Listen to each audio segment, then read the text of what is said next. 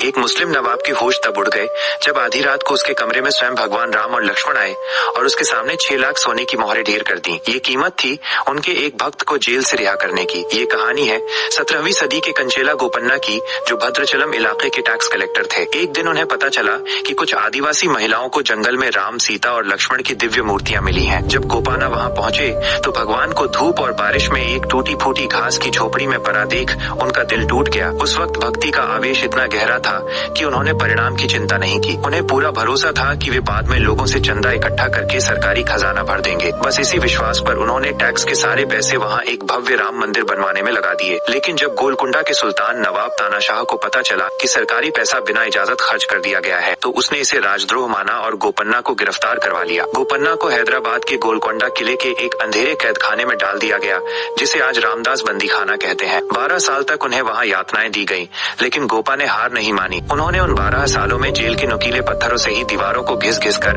भगवान राम, सीता और हनुमान जी के चित्र उकेरे, जो आज भी उस जेल की दीवारों पर साफ दिखाई देते हैं। फिर एक रात चमत्कार हुआ। नवाब तानाशाह गहरी नींद में थे, तभी उनके सपने में 2 तेजस्वी अंगरक्षक प्रकट हुए। उन्होंने अपना नाम रामोजी और लक्ष्मण जी बताया और नवाब को 6 लाख सोने की मोहरें थमा दी। नवाब को लगा ये सिर्फ एक सपना है, लेकिन जब सुबह उनकी आंख खुली तो उनके रोंगटे खड़े हो गए। सपने में दी गई 6 लाख सोने की मोहरें सच में उनके बिस्तर के पास पड़ी थी। नवाब समझ गया कि वे साधारण सिपाही नहीं, स्वयं श्री राम और लक्ष्मण थे। वो रोते हुए जेल गया, गोपन्ना के चरण पकड़कर माफी मांगी और उन्हें सम्मान के साथ रिहा कर दिया। उसी दिन से गोपन्ना रामदासु कहलाए। यह पवित्र स्थान तेलंगाना का भद्राचलम राम मंदिर है, जिसे आज दक्षिण की अयोध्या कहा जाता है। अपने भक्त का कर्ज चुकाने वाले प्रभु के लिए कमेंट्स में जय श्री राम जरूर लिखें।